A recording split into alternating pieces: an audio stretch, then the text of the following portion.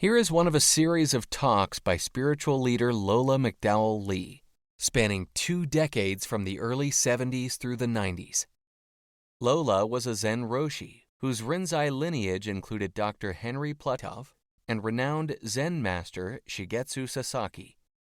Lola was a religious scholar as well as an ordained Christian minister. While the talks are focused mainly on Zen and Buddhism, Lola drew on many spiritual traditions, including those of Jesus, Plato, Lao Tzu, the Hindu Vedas, Meister Eckhart, and Gurdjieff. How's Michael doing? Very well. His body times are excellent. He is doing very well. Oh, great. If anybody is still so inclined, they used, for this little boy, he's 4.5, was hit by a truck. And they've had to take out 1 kidney and 18 inches of his intestines. But they used 44 pints of blood, which somewhere along the line need to be replaced. If anybody feels like donating some blood, fine. Okay?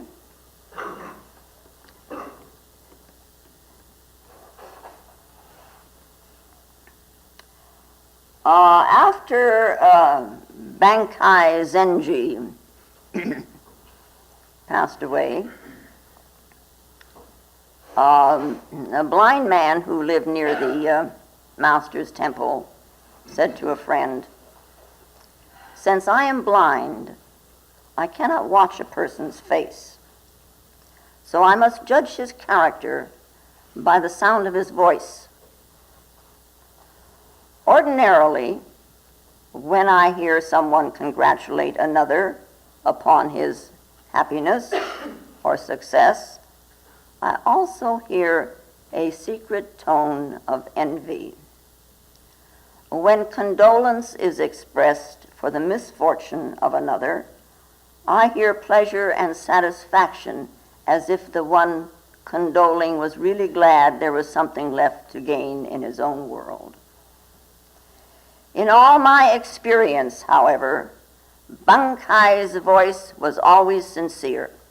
Whenever he expressed happiness, I heard nothing but happiness. And whenever he expressed sorrow, sorrow was all I heard."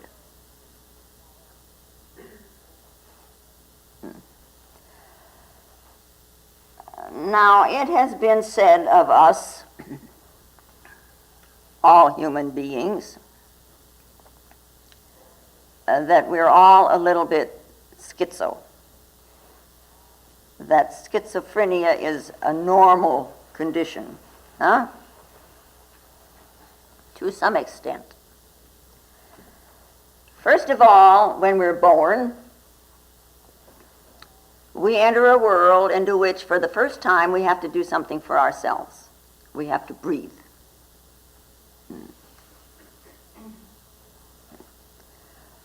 We're held in someone's arms, and somehow we are aware that there is all this space around us. And so now we don't know where we're at.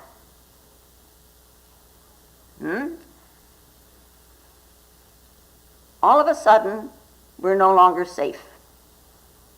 Yeah. It's a very basic fear. Yeah.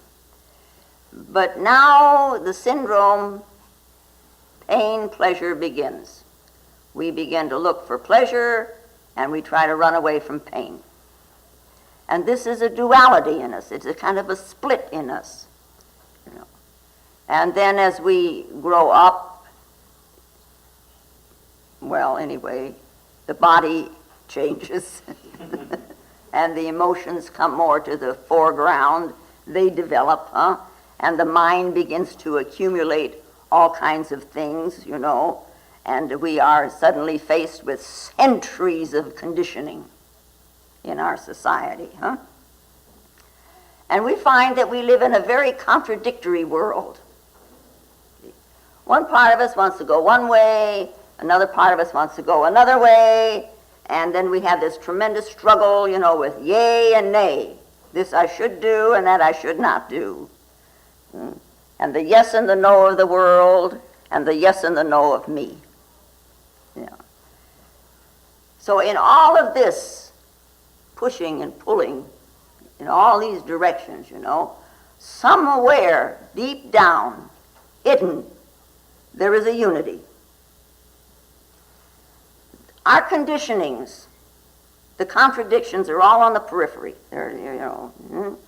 But this very center of us, this core of us, remains absolutely untouched.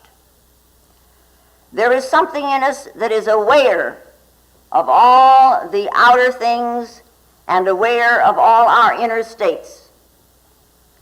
But it itself remains just aware.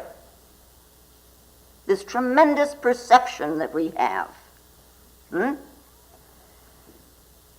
And with all of the things, that we think and we say and we do and we feel emotionally, sometimes we give ourselves a pat on the back, and sometimes we shrivel up a little bit inside and wish that this situation had never been. But all the while, in all of this living force is never touched by any of it.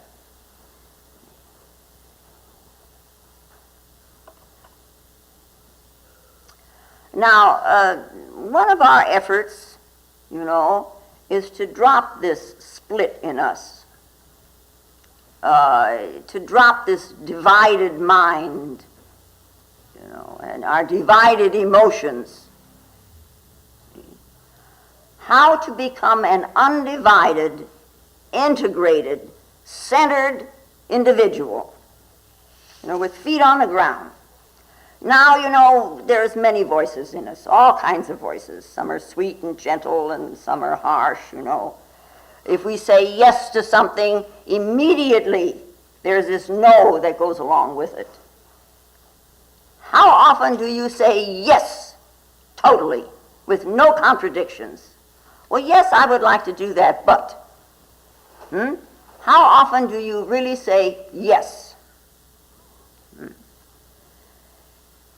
And it isn't that you're really fighting with the world. You're fighting with yourself. And we have this, now, contradiction. We find it in ourselves, this duality. And in the midst of that duality, how can there be peace? How to find a really true, deep silence with all these voices. Do we look and see that the in is like the out and the out is like the in? There's an old adage in the esoteric tradition, that it says, as above, so below. And so, as within, so without. In St. Thomas, Jesus says to the effect that when you make the above as the below, and the in as the out, and the outer as the inner, and when you have a foot in place of a foot, and a hand in place of a hand, and an eye in place of an eye, and an image in place of an image, then you shall enter the kingdom.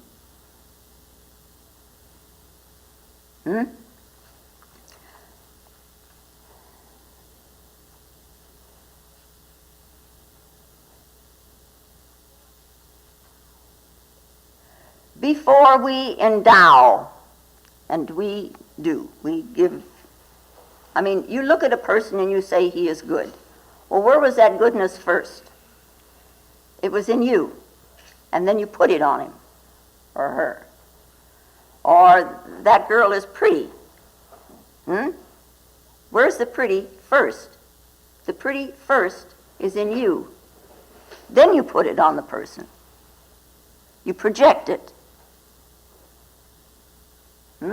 Something pleased you about the person. You liked the person. Something didn't please you about the person. You didn't like the person. But first of all, it was all with you. See? So, without is the within. And then as Rilke says in his little poem, Du hast die Welt gemacht. You made your world. All the time you make your world. Yeah. Now, in all this struggle with our duality, this state, trying to reach an understanding of non-duality, what it is to not have any of this duality, non-duality, we sometimes forget that the periphery, what's out here, can't win. Only what is at the very center, that very still, quiet center, that wins. That is the abiding. The periphery comes and goes. We call it impermanence. It is constant change. How long do you stay in a mood? Well, at the most for a week. And if you stay in a mood for a week and you're with anger with somebody, I feel sorry for you. Yeah. If you're feeling at peace with yourself, have it last a month. But at the same time, how long does it usually last? Not too long, And then right away there comes something else, and then there comes something else, and then there comes something else, and then there comes something else, See? And our attention is focused on this coming and going, but is on the periphery. This constant change, and we sit here and wonder, why is it changing? Why is it changing? We go round and round and round with it, and we're never still inside with ourselves. And this, what's on the periphery that we are following all the time, it delays, it postpones, it wastes our time and energy. And if you just are living only on the periphery, it's sort of like you're living a life of pretense.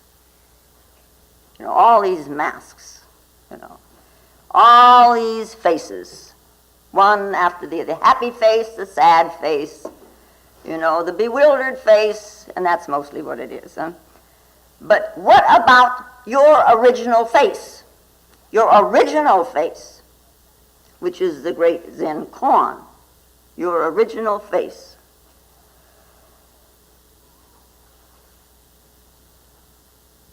Not the many out here that you project, but the original. There was a man by the name of Abrahamson who had reached a grand old age of 80, and he decided to celebrate. I tell these little jokes for John.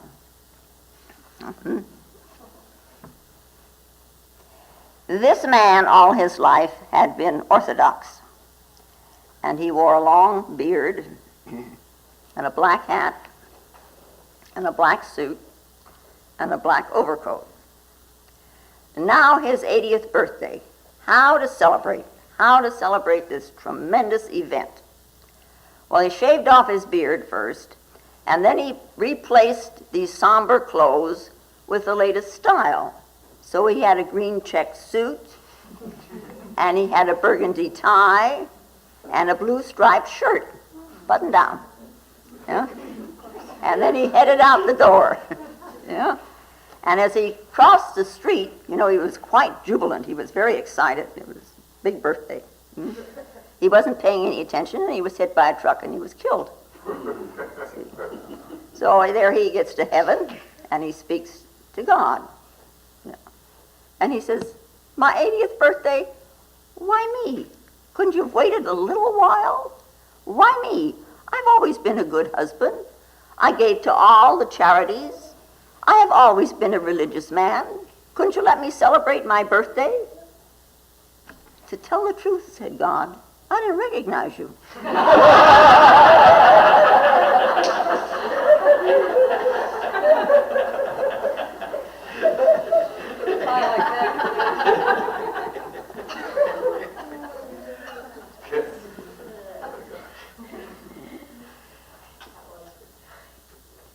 Do you think God recognizes you? Like the little story we talked about last week when that elderly priest said, Yes, he's very fond of me. Hmm? Yeah. This 80-year-old man changed his clothes once. From somber to gay. We change every minute. We change our masks. Now, for the moment, forget about God recognizing you. Can you recognize yourself? Do you recognize yourself, who you are? Can you say who you are? Can you show who you are? See, this koan, before your mother and father were, what was your original face? The face you had before you were born, and the face you will have after you die. What is your original face? Out of all of the other faces that you have had and have now, can you say which one is yours? Which balloon?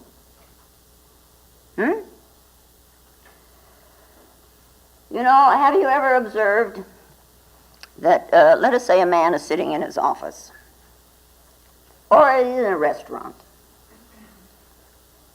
or wherever, and the secretary passes by, or the cleaning woman passes by, or the boss passes by, or if he's in a restaurant, the busboy goes by, or the maitre d' goes by, or a waitress goes by. Just watch how many faces you have. See, the cleaning woman, you hardly notice. It just belongs with the establishment. But if the boss comes into the room, immediately you stand up wagging your tail, and all smiles. If the secretary comes in, well, if she's pretty, you have a different face, don't you, than for the boss or for the cleaning woman. And if your wife comes in, you have still another kind of a face. See, adjusting, all the time adjusting, all the time with a mask, adjusting. And it's the same way with women. The janitor goes by, very different than the boss going by. The busboy going by is very different than the maitre d' going by. We should watch ourselves in these little things. Yeah? Our attitude towards others.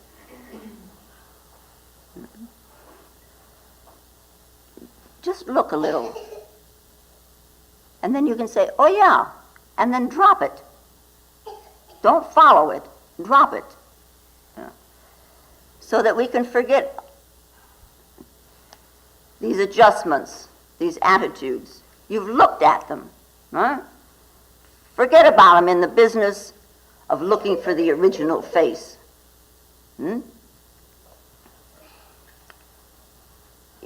Buddha said of one who had seen his original face, like Mahakashapa, he said, there's a unity within them. There is like a taste of an enlightened person that's like the taste of seawater. Wherever you taste it, out of whatever sea, whatever ocean, wherever, it always tastes of salt. It is always the same. Yeah.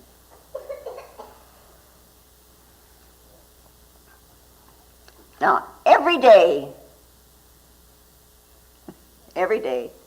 little bit of practice. Every day, little bit of practice, so we can mature, so we can find this unity. There is a hitch in this thing.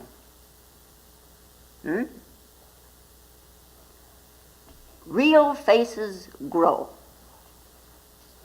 Real flowers grow. Real trees grow.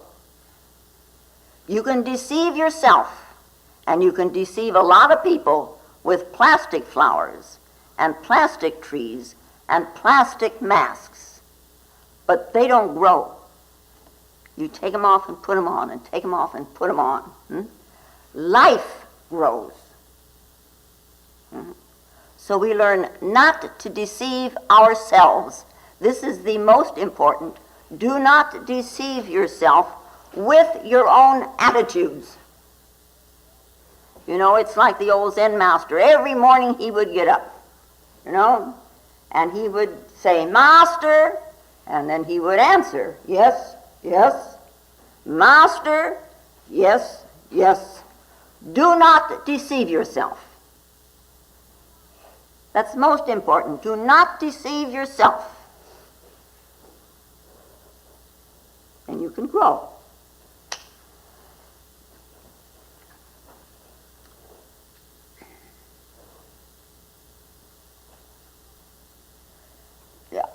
We talk every once in a while about a monk. And he is, he's like the idiot, we dump so much on him. So we don't have to say, well, it's in here. We put it on him, our little monk, And one day he had been pulled from the river. And the police decided that he had tried to commit suicide. And when they questioned him, he admitted, yes, he had tried to kill himself. And his story went like this. "Yes, I tried to kill myself. The world is against me, and I wanted to end it all. I was determined not to do a halfway job. So I bought a piece of rope, I bought some matches, I got some kerosene, and I bought a gun. And just in case none of these worked, I went down to the river. I threw the rope over the limb of a tree that was hanging out over the water, and I tied the rope around my neck, and I poured kerosene all over my body, and I lit the match. I jumped off the bank and put the gun to my head and pulled the trigger. And guess what happened? I missed. The bullet hit the rope before I could hang myself, so I fell into the river, and the water put out the fire before I could burn. And if I hadn't been a good swimmer, I might have drowned."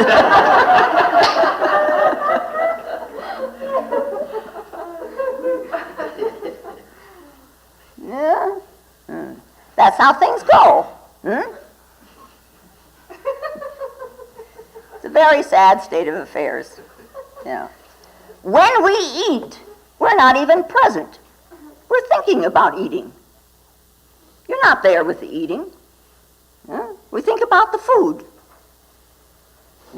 We're not total in this act of eating. We're divided. The thinking is here and the eating is here. And we go right on pretending that everything's okay.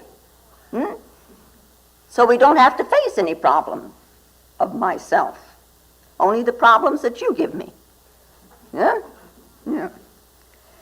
But appearances are deceptive.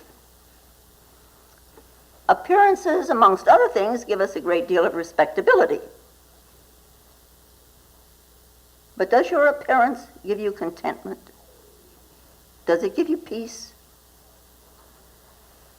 Someday, one way or another, someday,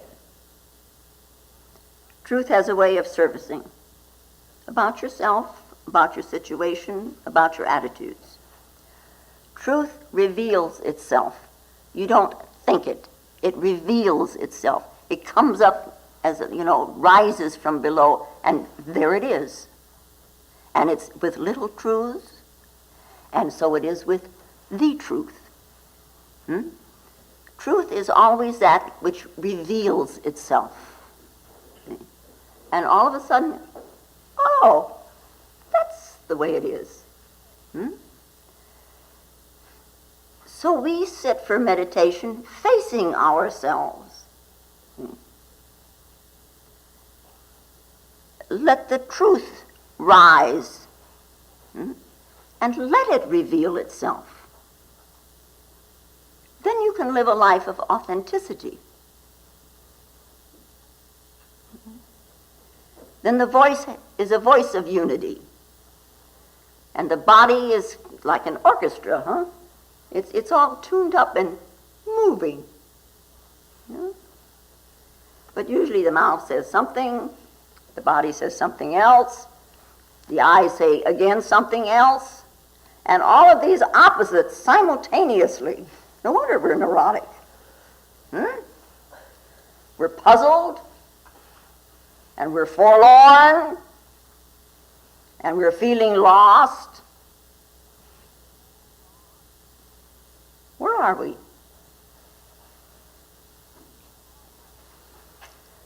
Now, we have all had moments of being total, of being whole, where everything seems to fall together for a moment. It's rare, but we've had them.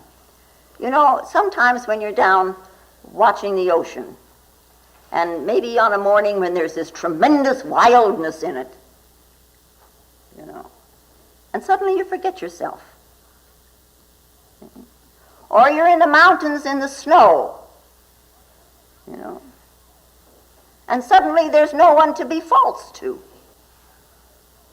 Or I remember one night I was riding in an airplane, and here was just this sky with the moon in it, and it was almost as if there was nothing else.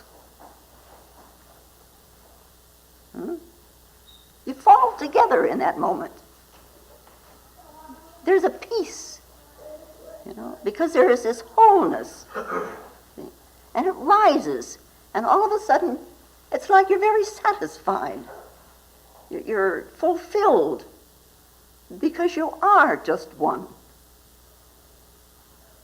So, and now comes along a teaching that says you don't have to wait for these moments. Rare.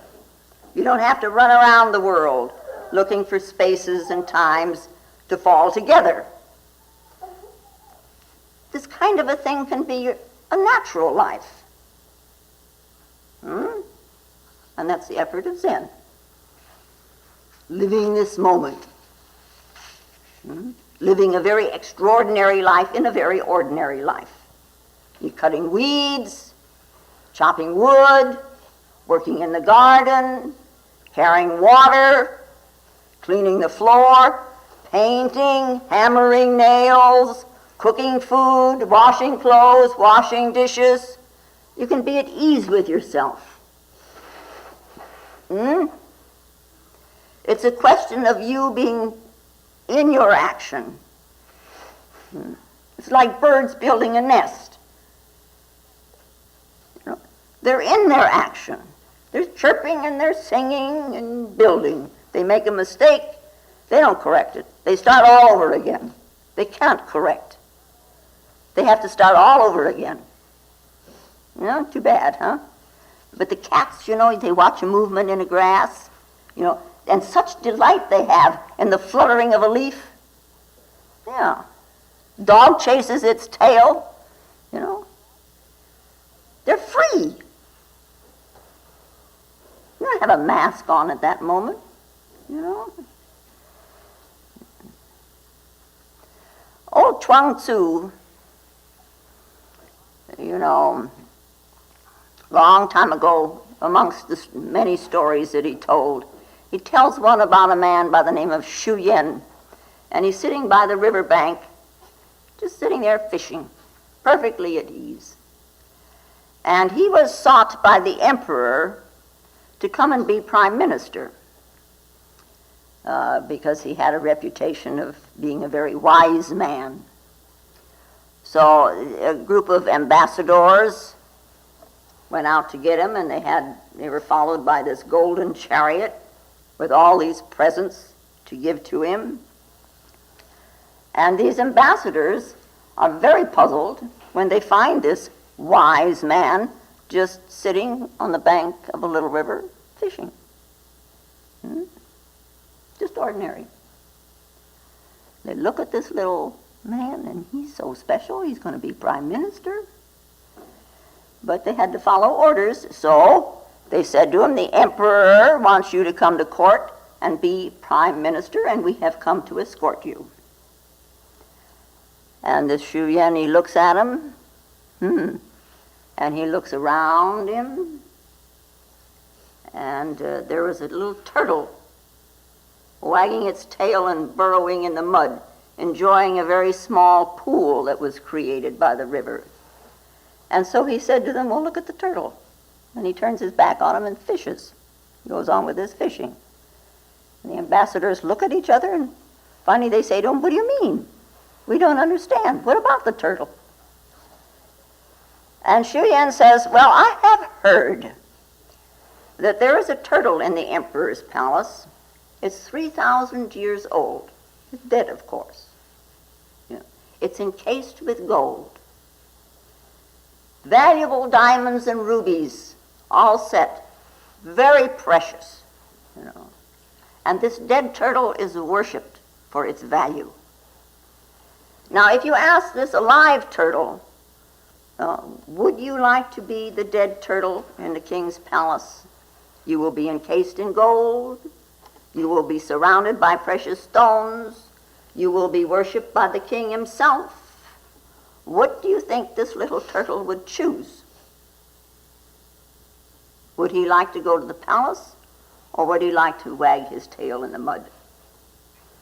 Well, of course, said the ambassadors, he would like to wag his tail in the mud. Everybody knows that. So Shuan looked at them. He says, do you think I am more foolish than the turtle? Yeah.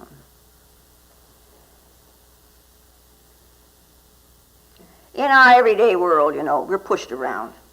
People push us around. We're pushed this way and we're pushed that way. Let them push. Just be yourself. Quietly, grounded when you walk, alert as you eat. Let them push. If you sit there and you are at peace and one with yourself, the push just goes right on through, and then they've got it back again.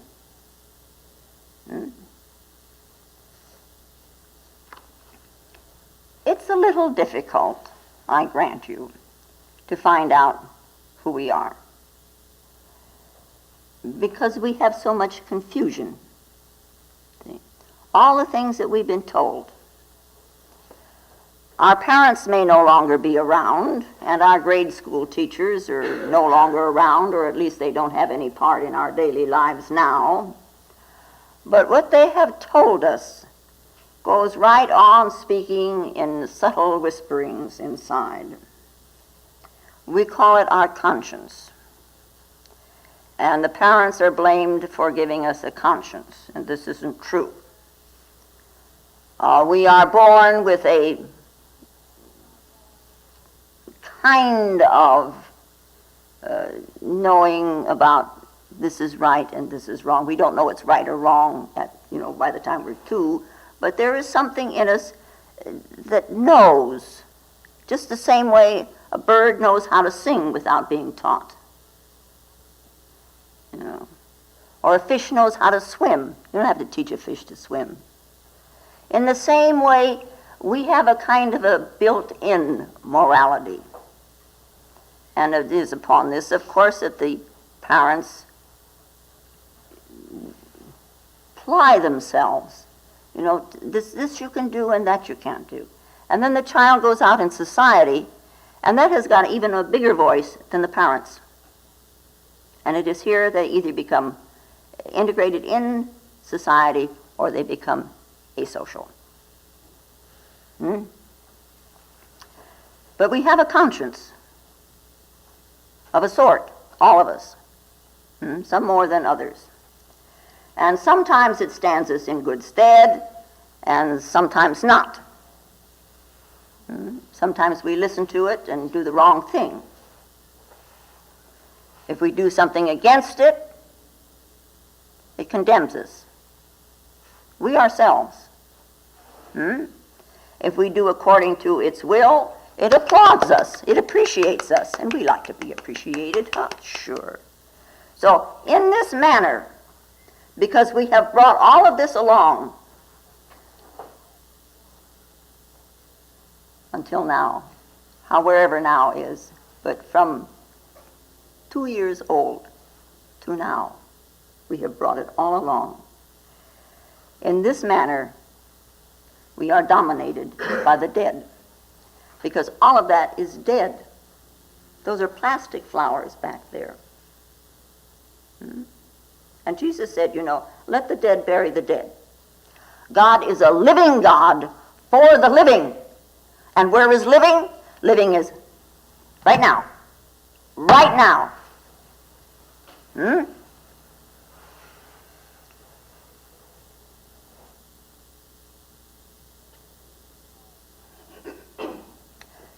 You're never ever going to drop all of it. But look at it so that it doesn't govern you without your knowing it. See, then at least you can make your own choice. Whether you want to be now or whether you want to be 3. It's, sometimes you would think to me you'd get a little tired of it, huh? Well, you do. But you kind of like Jones. He owed $100 to a man named Smith. And the debt was past due, so Jones, being broke, borrowed the money from Spencer. And a week later, he borrowed the $100 back from Smith to pay Spencer. And another week went by, and Jones borrowed back the $100 from Spencer to pay back Smith. And this went on and on and on and on and on for weeks. And finally, he got them together and he said, now look, fellas, there's a lot of bother. Why don't you just exchange the $100 every week and keep me out of it? See? Now, all of this past that has put things in our minds, it's like our parents, Now I have trained you, and you're 18 or you're 21 or whatever, Now you're on your own. You're an adult. You keep us out. Yeah? But there's this conscience in us. There's this something in us, And so still, all of these subtle whisperings going on. There is a saying of Jesus that some people find very difficult. He says, whoever does not hate his father and mother in my way will not be able to be a disciple to me. Now what he is saying is, look inside and drop what is not yours. See? Because he follows that statement immediately with, and whoever does not love his father and mother in my way, his way, will not be able to be a disciple to me. He says, honor thy father and mother.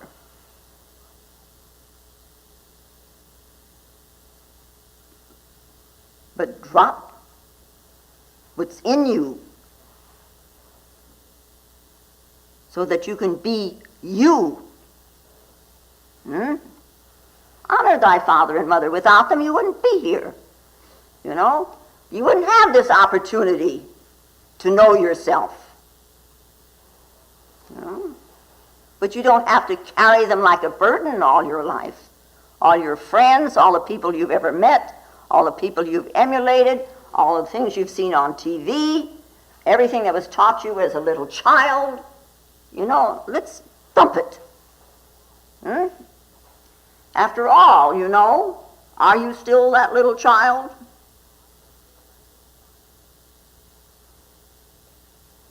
Well, sometimes I say yes.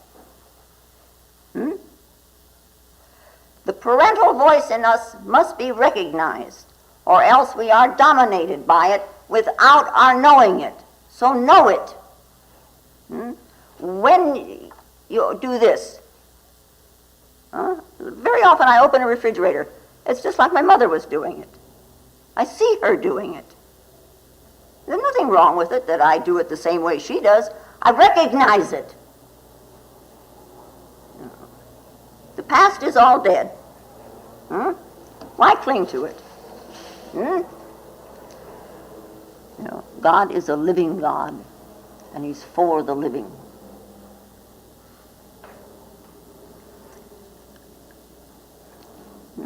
We came into this world and we had to breathe for ourselves.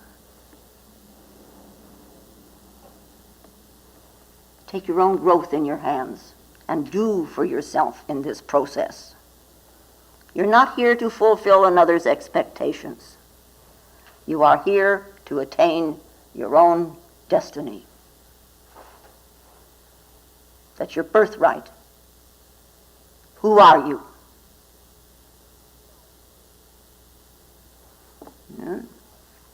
Now this Bankai Zeni, we usually say Roshi, which is a title for a teacher, and it's a title of respect. But Zenji is a little bit more, and they called Bankai Zeni.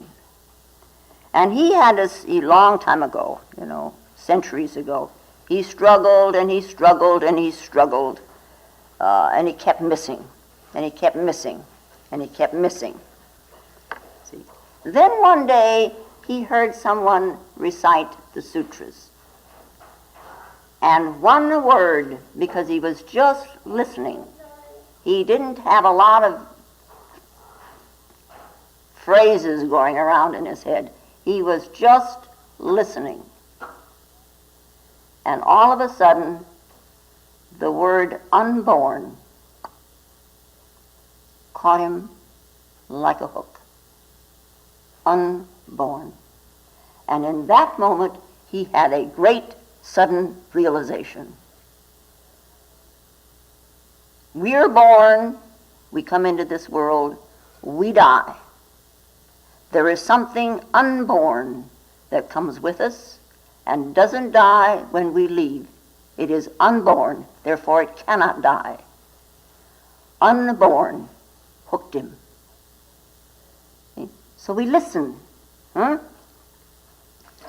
this blind man, he lived near the temple, and he couldn't see people's faces, so he became very perceptive in his hearing. Our eyes are much more selective than our ears. If you're listening to me now, if you're listening, you are also listening to the cars going by on the road. You are listening to the birds. You're listening to the children outside. You're listening if there's any breeze in the trees. You're listening to the dogs.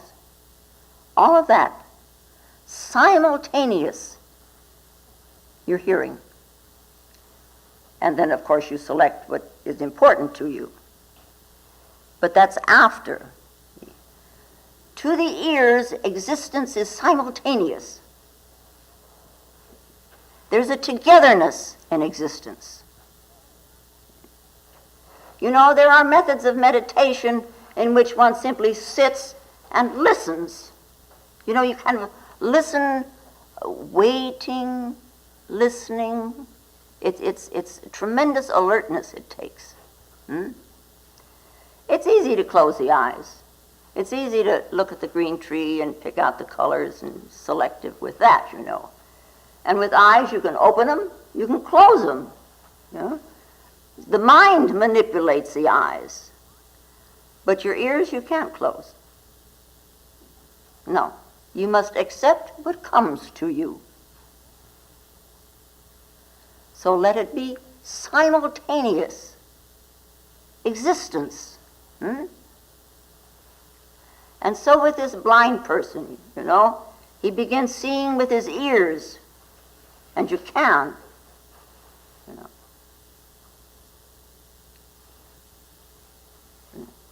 the subtle nuances with the ears that the eyes overlook. See?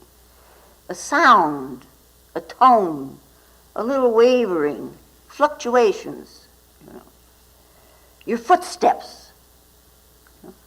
Are you rooted? Are you grounded in existence? Every person moves differently. Every person walks differently. You know, a man like the Buddha, when he walked, he was grounded. You know, his legs are almost like the roots of a tree. This is the trunk of the tree, this is the trunk, and his roots, you know. And he walked like that because he was nourished by the earth. You know?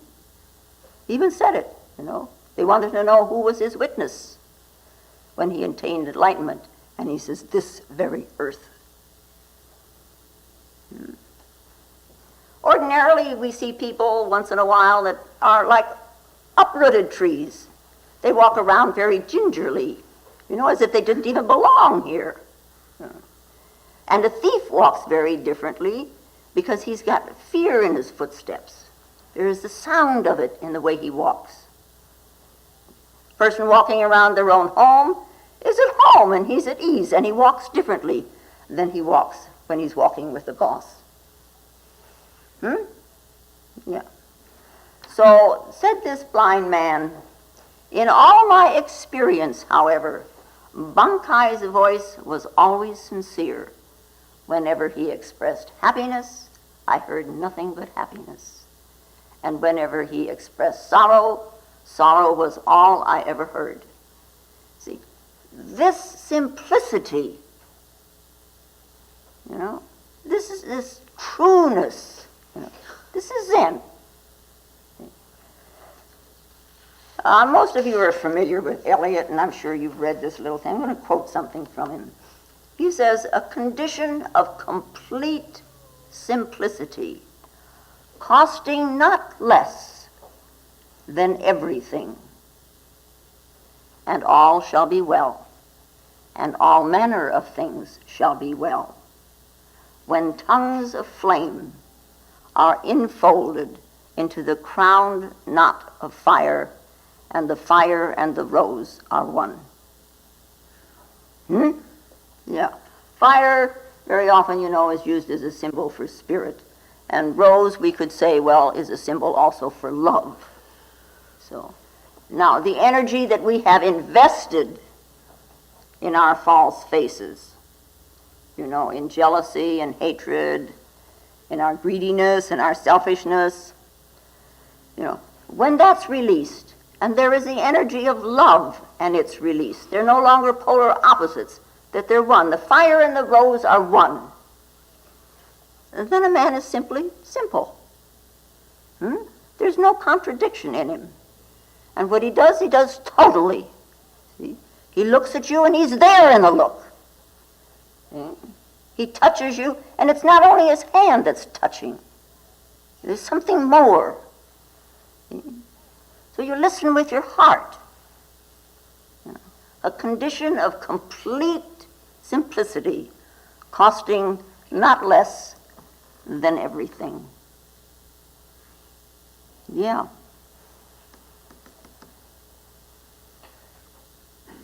You know, at first it seems to cost everything to be simple. But by and by, as our illusions drop, as our attitudes drop, how easy to be at ease with yourself. How relaxed. You know, to be a simple heart. To walk just hand in hand with life. Zen, you know, is the way, is a path of the individual. And it isn't a religion in the sense of Christianity, in the way fact that it's an organization. It's individual. To be a real Zenist is to be individual. Is to be one. Not divided. Cannot be divided any further. As long as we're split, we're not yet individual. We're not one. So it has been thusly named, this process of from wherever you are now, to what you truly are, is called the individuation process. And as somebody once said, Great is the stake. Difficult the task. But what could be more tremendous in your life or in anyone's life than to meet your own destiny? Yeah.